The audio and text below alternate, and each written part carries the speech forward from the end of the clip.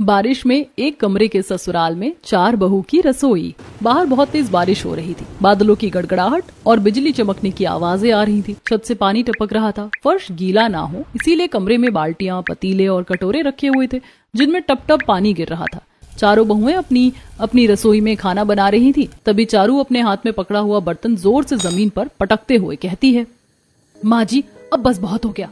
मैं अभी इसी वक्त अपने मायके जा रही हूँ। अब मैं यहाँ 1 मिनट भी नहीं रह सकती। मेरा तो हाथ जल्दी जल्दी बचाए। इस बारिश में मुझसे तो अब खाना नहीं बनेगा। मुझे अजीब सी घबराहट हो रही है। मेरी तबीयत ठीक नहीं लग रही। मैं भी खाना नहीं बना पाऊंगी। अरे तुम तीनों का फिर से नाटक शुरू हो गया। जब देखो तुम लोग काम से बचने के बहाने ढूंढती रहती हो। जरा छोटी बहू को देखो। सोनल कमरे की खिड़की के सामने एक हाथ में छाता पकड़े हुए चूल्हे पर खाना बना रही थी। खिड़की से पानी की छींटे उसकी रसोई में आ रहे थे, पर फिर भी वो शांत थी। तुम तीनों को पता नहीं खाना बनाने में क्या दिक्कत है, जबकि वो बेचारी छाता लेकर खाना बना रही है। आखिर ये तीनों बहुएं खाना बनाने से क्यों भाग रही थी और सलोनी खिड़की के सामने छाता लेकर खाना क्यों बना रही थी, ये सब जानने के लिए चलिए कहानी में थोड़ा पीछे चलते हैं। लता के चारों बेटे राघव, विराज, नील, हर्ष की शादी मंदिर में एक साथ चारू, पायल, अवनी, सोनल से हो रही थी। शादी के बाद चारों बहू अपने पतियों के साथ बारिश में बचते बचाते ऑटो में बैठकर अपने ससुराल आती हैं। आस पड़ोस के लोग छाता लेकर खड़े थे और चारों बहुओं को आते हुए देख रहे थे। अरे देखो, बारिश के मौसम में लता बहुओं को लेकर आई है, वो भी एक नहीं 4। पता नहीं बेचारी लता इन चारों बहुओं को अपने एक कमरे के घर में कैसे रखेगी। चारों बहू अपने एक कमरे के ससुराल के दरवाजे पर पहुंचती हैं, पर कमरे का नजारा देखकर बहुओं का मुंह उतर जाता है, क्योंकि ससुराल के नाम पर एक ही कमरा था और उसमें भी हर जगह से पानी टपक रहा था। क्या मुझे अब इस एक कमरे के ससुराल में रहना पड़ेगा? यहाँ तो हर तरफ पानी टपक रहा है। यहाँ तो पैर रखने की भी जगह नहीं है। मैं कैसे रहूंगी यहाँ? पता नहीं पिताजी ने क्या सोचकर मेरी शादी यहाँ करवा दी। यहाँ तो 4 बहुओं के लिए सिर्फ एक ही कमरा है। मुझे तो यहाँ अजीब सी बदबू आ रही है। मुझे यहाँ बिल्कुल नहीं रहना। मेरा एक कमरे का ससुराल है और यहाँ पानी टपक रहा है। पता नहीं मेरे ससुराल वाले यहाँ कैसे रहते होंगे, पर जो भी हो अब मेरी शादी हो गई है। अब मैं अपने ससुराल वालों का ख्याल रखूंगी। बहू, मुझे पता है तुम लोग क्या सोच रही हो। तुम्हारे ससुर जी के जाने के बाद हमारे पास घर के नाम पर बस ये एक कमरा ही है। अब तुम चारों को भी इसी घर को अपना संसार बनाना होगा। तुम लोग चावल का कलश गिराकर घर के अंदर प्रवेश करो। सोनल सबसे आगे बढ़कर खुशी खुशी कलश गिराती है और बाकी बहुएं मुंह बनाते हुए घर के अंदर आती हैं। बाहर तेज बारिश हो रही थी। चारों बहुएं किसी तरह साड़ी की आड़ लेकर कपड़े बदलती हैं और सोने की तैयारी करती हैं।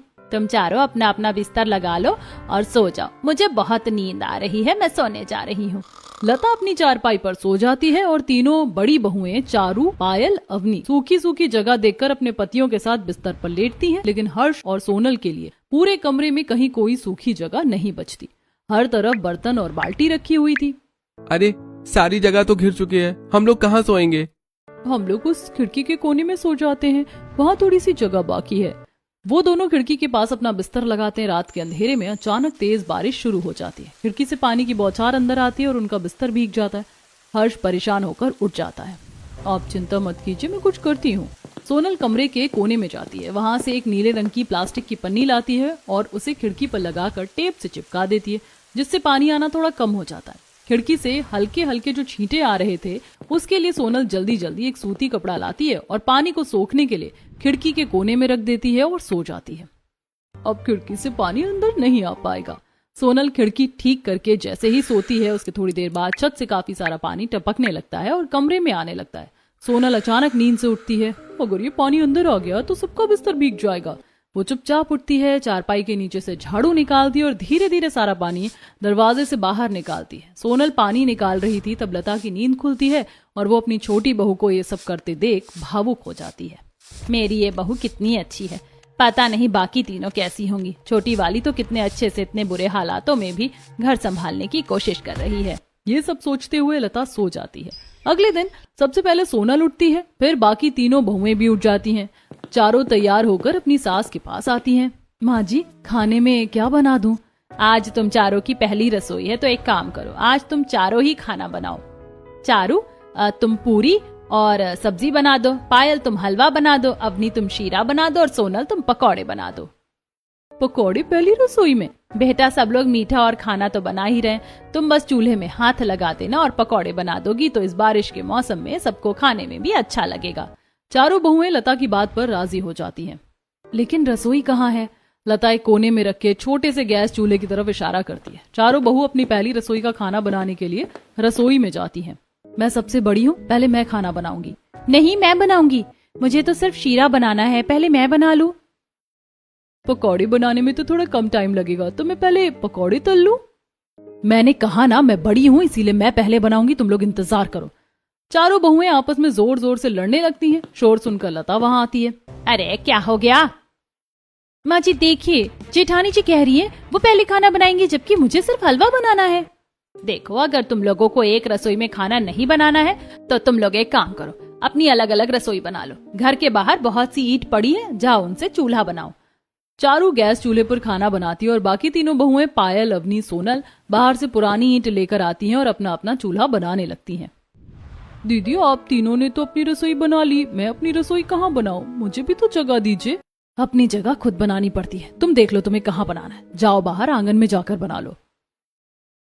सोनल शांति से बाहर बरामदे में जाती है और अपनी अलग रसोई तैयार कर लेती है। चारू पूरी का आटा गूंथ रही होती है, तभी टूटी छत से पानी की एक बड़ी बूंद सीधे उसके आटे पर गिरती है। उफ, अगर मैं अभी पूरी बनाने जाऊंगी तो तेल छटक कर मेरे ऊपर गिरेगा और मैं जल जाऊंगी। इससे अच्छा है मैं मैगी बना देती हूँ। चारू पास की बनिया की दुकान पर जाती है, मैगी खरीद कर लाती है और पूरी सब्जी की जगह मैगी बना देती है। वहीं पायल सूजी भून रही होती है। अचानक बारिश तेज हो जाती है और रसोई के पास पानी गिरने लगता है। वो हड़बड़ाहट में बर्तन हटाने लगती है। अरे बाप रे, ये पानी! पायल का पूरा ध्यान छत से टपकने वाले पानी पर होता है। वो ज्यादा ध्यान नहीं देती और अनजाने में चीनी की जगह नमक का डिब्बा उठा लेती है और हलवे में डाल देती है, जिससे हलवा उपमा बन जाता है। चारू और पायल तो खाना बना भी रही थी, लेकिन अवनी चूल्हे के सामने उबासी ले रही थी। खाना बनाना कितना बोरिंग काम है, मुझे तो खाना बनाने का बिल्कुल मन नहीं कर रहा। क्या फालतू का काम फंसा दिया, कौन इतनी झंझट करे, शीरा बनाने में बहुत तामझाम है। एक काम करती हूँ, खीर बना लेती हूँ, जल्दी पक जाएगी। अवनी दूध गर्म करती है, उसमें चावल डालती है और चम्मच से खीर चलाने लगती है। लेकिन अचानक उसका ध्यान खिड़की पर जाता है और वो बारिश को देखने में इतनी खो जाती है कि चूल्हे पर रखी खीर पूरी तरह से जल जाती है। खीर तो जल गई, अब मैं क्या करूंगी? अवनी अपनी खीर को लेकर परेशान थी। वहीं सोनल जानती थी कि बाहर बारिश हो रही है और पानी आ सकता है, इसीलिए वो घर के कोने से वही नीले रंग की प्लास्टिक लाकर बरामदे में लगा देती है। वो बहुत ही स्वादिष्ट पकौड़े तल लेती है। आप लोगों का खाना बन गया क्या? मुझे बहुत भूख लगी है। चारों बहुओं के पति खाना खाने के लिए बैठते हैं। लता मंदिर से पूजा करके लौटती है। अरे, ये जलने की बदबू कैसे आ रही है? और तुम लोगों का खाना बन गया या नहीं? ले आओ, सब खाने के लिए बैठे हैं। चारों बहुएं अपना अपना खाना लेकर आती है। पायल का हलवा खराब हो चुका था, अवनी की खीर जली हुई थी और चारू की थाली में मैगी रखी थी। हे भगवान, तुम लोगों ने ये क्या किया है? मैंने तुम लोगों को ये सब बनाने के लिए थोड़ी ना कहा था। माँ जी, अगर मैं पूरी बनाती तो तेल से मेरा हाथ जल जाता, इसीलिए मैंने नहीं बनाया और मैगी बना दी। मैंने तो हलवा ही बनाया है माँ जी। माँ जी, शीरा बनाने में बहुत तामझाम होता है, इसीलिए मैंने खीर बना दी, पर मैं बारिश देखने में खो गई तो वो जल गई। पायल बहू, तुमने चीनी की जगह नमक डाला है इसमें। लता की बात सुनकर पायल का मुंह लटक जाता है। तभी पीछे से सोनल चाय और गर्मा गर्म पकौड़ों की प्लेट लेकर आती है। माँ जी, मैंने पकौड़े बनाए हैं, अब खाकर बताइए कैसे बने हैं। लता एक पकौड़ा चखती है, उसके चेहरे पर चमक आ जाती है। चारों बेटे भी पकौड़े खाते हैं। तुम लोगों ने तो सब बेड़ा गर्क करके रखा है। अगर आज सोनल ने इतने अच्छे पकौड़े नहीं बनाए होते तो आज हम सब लोग भूखे ही रह जाते। चारू, तुमने अपने हाथ बचाने के लिए मैगी बना दी, तुमने बारिश के मजे लेने के चक्कर में खीर जला दिया और तुमने हलवे में नमक डाल दिया। कुछ सीखो सोनम से, उसने बरामदे में बैठकर तुम लोगों से ज्यादा अच्छा खाना बनाया है। चारू, पायल, अवनी लता की बात सुनकर शर्मिंदगी से अपना सिर झुका लेती हैं। लता प्यार से सोनल के सिर पर हाथ फेरती है, जिसे देखकर तीनों बहुएं जलने लगती हैं।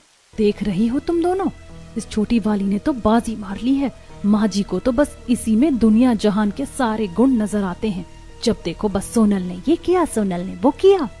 हाँ दीदी, पता नहीं सोनल की बच्ची ने माँ जी के ऊपर क्या जादू किया है। हम भी तो हैं इस घर में, लेकिन इसे तो महान बनने का बड़ा शौक चढ़ा रहता है। अरे छोड़ो ना दीदी, माँ जी को जो देखना देखने दो, इसे काम करने का शौक है तो करने दो, हम तो मजे से पकौड़े खाएंगे। सबके खाने के बाद चारों बहुएं साथ में बैठकर पकौड़े खाने लगती हैं, लेकिन उनके बैठने के लिए जगह नहीं हो रही थी, क्योंकि उनके एक कमरे का ससुराल बहुत छोटा था और सामान से ठसाठस भरा था। चारों पति खाना खाने के बाद फैक्ट्री जाने के लिए तैयार होते हैं। माँ, हम लोग फैक्ट्री जा रहे हैं, आज बारिश बहुत तेज है, पूरा रास्ता कीचड़ से भर गया होगा, शायद आने में देर हो जाए।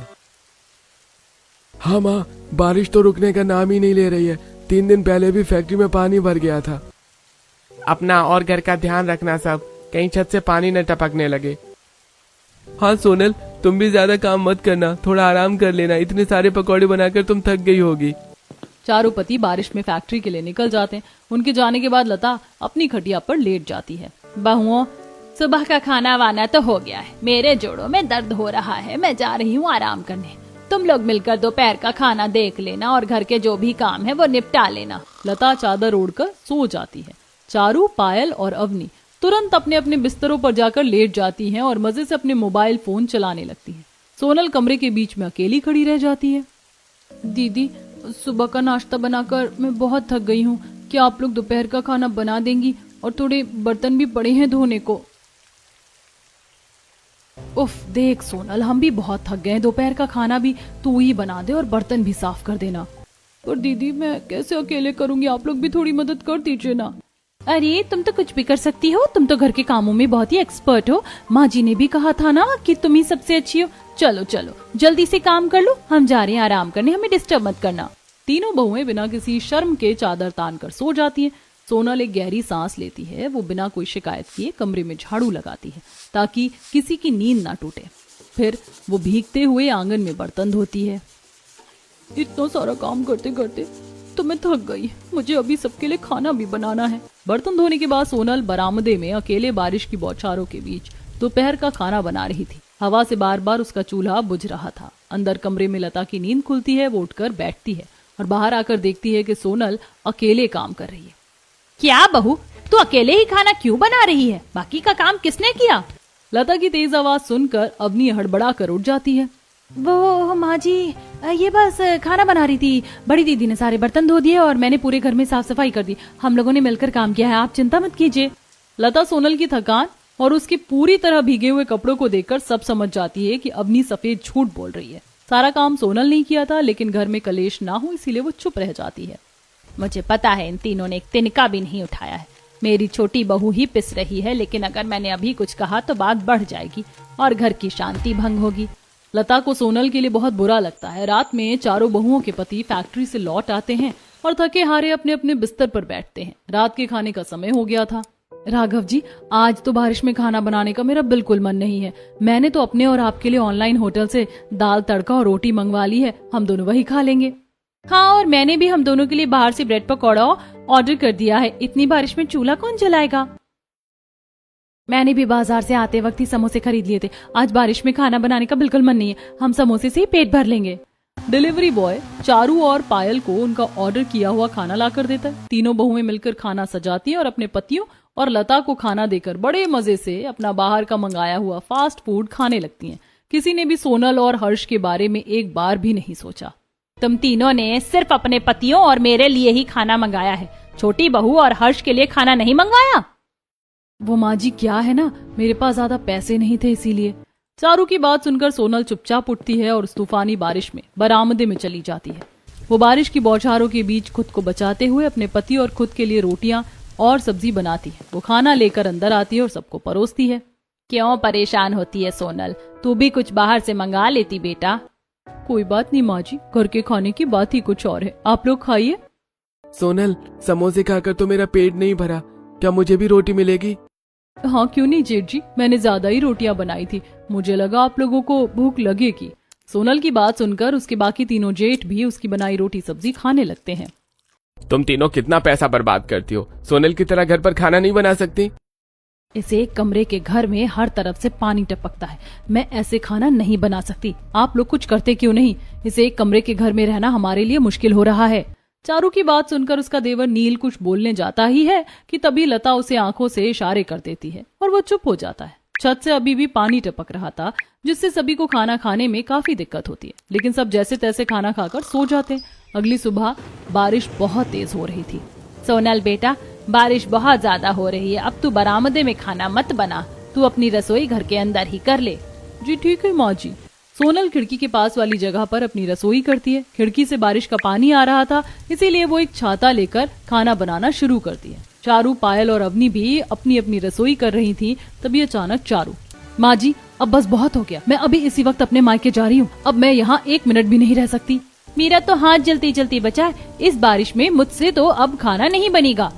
मुझे अजीब सी घबराहट हो रही है, मेरी तबीयत ठीक नहीं लग रही, मैं भी खाना नहीं बना पाऊंगी। अरे तुम तीनों का फिर से नाटक शुरू हो गया। जब देखो तुम लोग काम से बचने के बहाने ढूंढती रहती हो। जरा छोटी बहू को देखो, वो बेचारी छाता लेकर खाना बना रही है।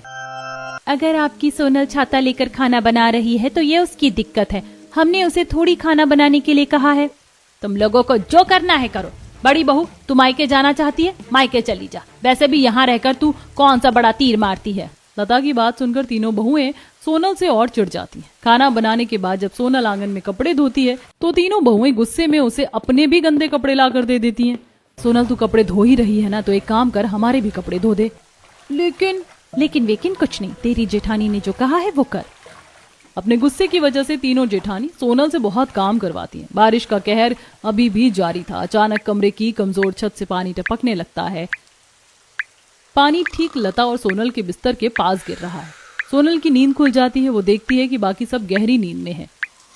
अगर पानी ऐसे ही गिरता रहा तो पूरा कमरा भीग जाएगा और माँ जी की नींद खराब हो जाएगी, मुझे ही कुछ करना होगा। सोनल चुपचाप उठती है। वो घर के कोने में रखा तिरपाल निकालती है और सीढ़ियों से भीगी हुई छत पर जाती है। आसमान में बिजली चमक रही थी। वो छत से फिसलते फिसलते बचती है। सोनल बारिश में भीगते हुए छत पर तिरपाल बिछाती है और उसे उड़ने से रोकने के लिए उस पर भारी ईंट रखती है। अब सब लोग आराम से सो पाएंगे। इस बारिश में वो पूरी तरह से भीगकर कांपने लगती है। छत पर खटर पटर की आवाज सुनकर लता की आंख खुल जाती है। वो खिड़की से सोनल को तूफानी बारिश में छत से उतरते हुए देखती है। जब सोनल घर के अंदर आती है तब, अरे मेरी बच्ची कितनी मेहनत कर रही है, ये बड़ी बहुएं तो घोड़े बेचकर सो रही हैं और तू हमारे लिए इतना कुछ कर रही है। अगर तू अंधेरे में गिर जाती तो क्या होता। माँ जी मैं बिल्कुल ठीक हूँ, मुझे कुछ नहीं हुआ है, आप चिंता मत कीजिए। सोनल अपने गीले कपड़े बदलती है और चुपचाप सो जाती है। लेकिन आधी रात को बारिश बहुत तेज हो जाती है। सड़क में भी पानी भर गया था और सड़क का गंदा पानी घर की दहलीज पार करके उस छोटे से कमरे में घुसने लगता है। पूरा कमरा पानी से भर जाता है। पानी, कमरे में पानी भर गया है। सब हड़बड़ा कर उठ बैठते हैं। चारों तरफ अफरा तफरी मच जाती है। जूते, चप्पल और छोटे मोटे सामान पानी में तैर रहे थे। चारू, पायल और अवनी डर के मारे लता की चारपाई पर बैठ जाती हैं। बाप रे, ये पानी कहाँ से आ गया? पूरी सड़क डूब गई है क्या? हमारा तो सारा सामान भीग जाएगा, जल्दी कुछ करो। सोनल बिना समय बर्बाद किए एक बड़ी बाल्टी और मग उठाती है। वो पानी भर भर कर बाहर फेंकने लगती है। तुम अकेली क्यों करोगी सोनल, मैं भी मदद करता हूँ। सोनल बाकी बहुओं की तरफ देखती है जो अभी भी खटिया पर पैर मोड़ कर बैठी हैं। दीदी अगर आप लोग भी थोड़ी मदद कर देंगी तो पानी जल्दी बाहर निकल जाएगा, वरना बक्सों में रखा सामान खराब हो जाएगा। हम इस गंदे पानी में अपने हाथ नहीं डालेंगे। हाँ, हमें इन्फेक्शन हो जाएगा। तुम लोग कर रही हो ना, करो। वैसे भी ये काम तो तुम्हें बहुत अच्छे से आता है। अरे शर्म करो तुम तीनों, अपने पतियों का तो साथ दो। सामान क्या सिर्फ सोनल का खराब हो रहा है? तुम तीनों के महंगे कपड़े भी इसी पानी में डूबेंगे। सास की डांट सुनकर तीनों बड़ी बहुएं डर जाती हैं और वो बेमन से चारपाई से उतरती हैं और मुंह बनाते हुए बाल्टी और मग लेकर पानी बाहर निकालने में मदद करने लगती हैं। जैसे तैसे चारों पति चारों बहू मिलकर घर से पानी निकालते हैं। ऐसे ही दिन गुजरता है। बारिश अभी भी रुक रुक कर हो रही थी। कमरे में सीलन की बदबू आ रही है। दोपहर के खाने का समय था। लता खटिया पर लेटी थी। माँ जी, घर में तो कोई सब्जी ही नहीं है, हम क्या बनाएं? हाँ माँ जी, और मेरी तो तबीयत भी कुछ ठीक नहीं लग रही है।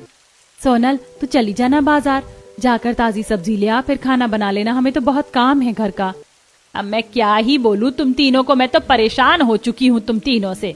लता सब देख रही थी कि कैसे ये तीनों फिर से सोनल को परेशान कर रही हैं, लेकिन वो चुप रहती है। सोनल बिना कुछ कहे छाता लेती है और बाजार चली जाती है।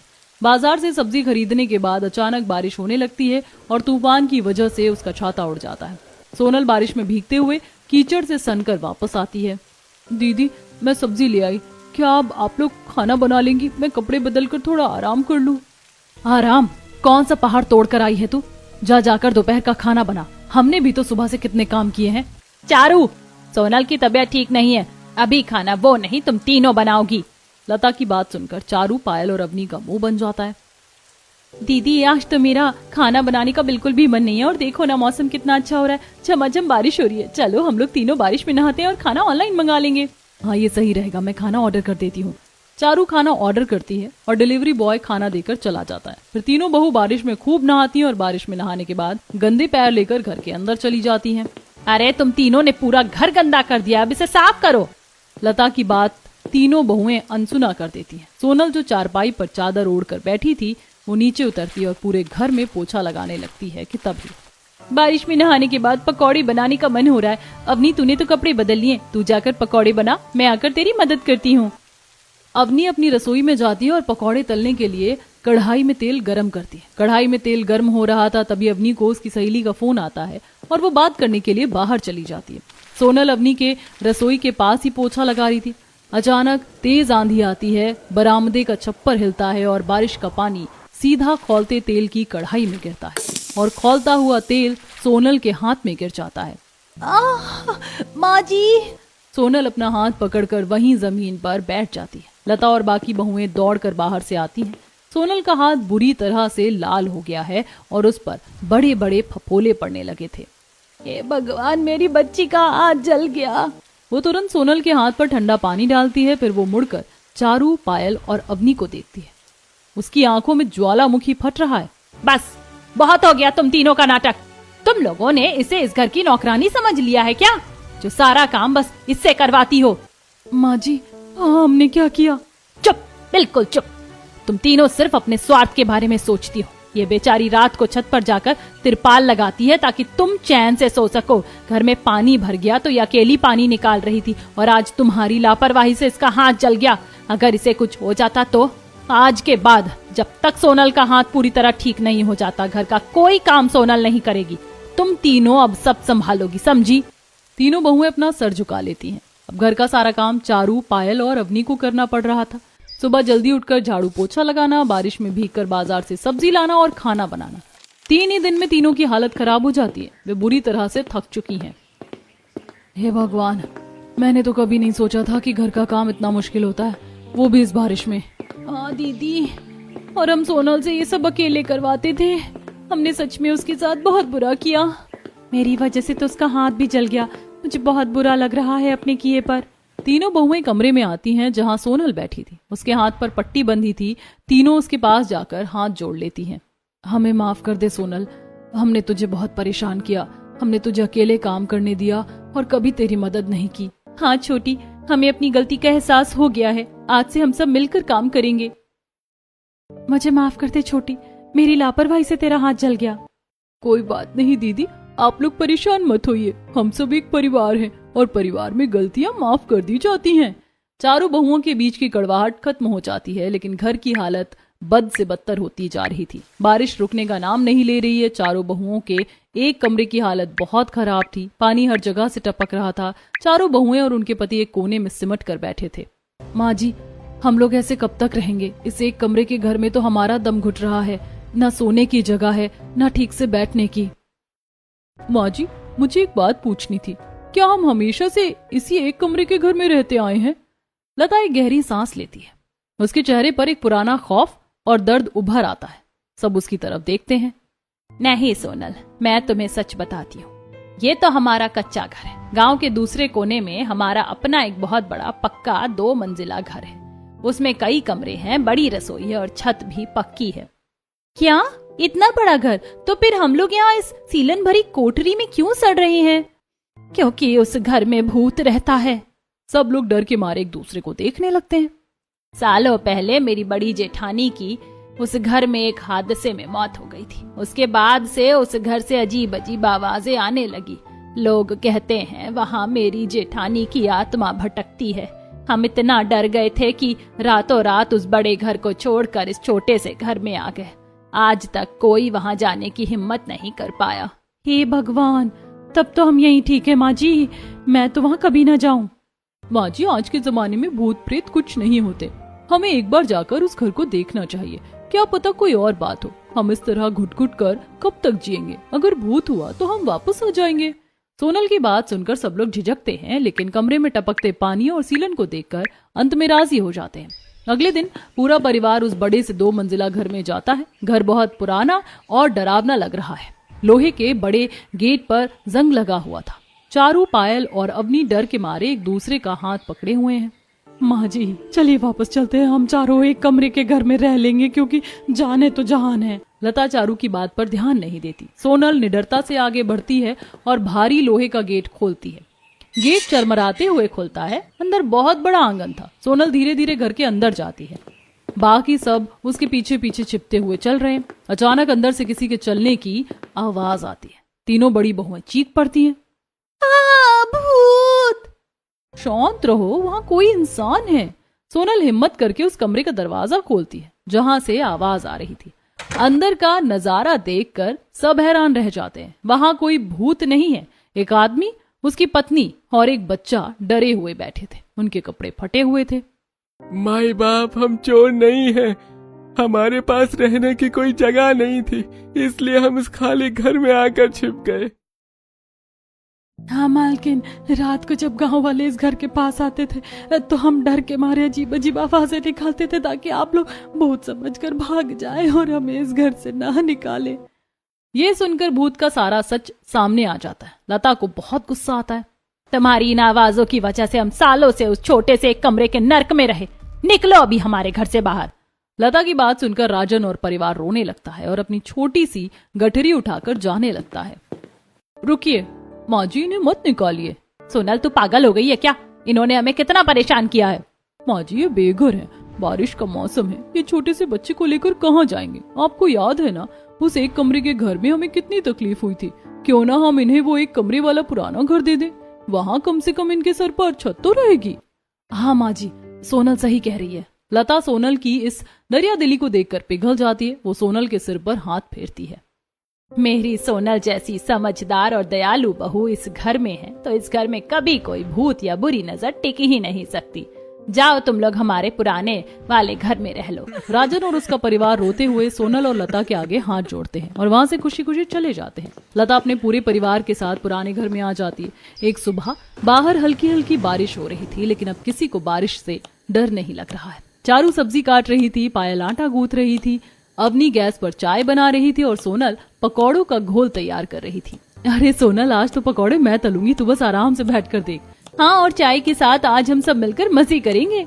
सच में सोनल, अगर तू ना होती तो हम कभी अपनी गलती नहीं सुधार पाते और ना ही इस भूतिया घर का सच जान पाते।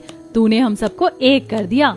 लता दरवाजे पर खड़ी होकर अपनी चारों बहुओं को एक साथ हंसते और काम करते हुए देखती है। उसकी आंखों में खुशी के आंसू थे। उनका परिवार अब पूरी तरह से खुशहाल और एक हो गया था।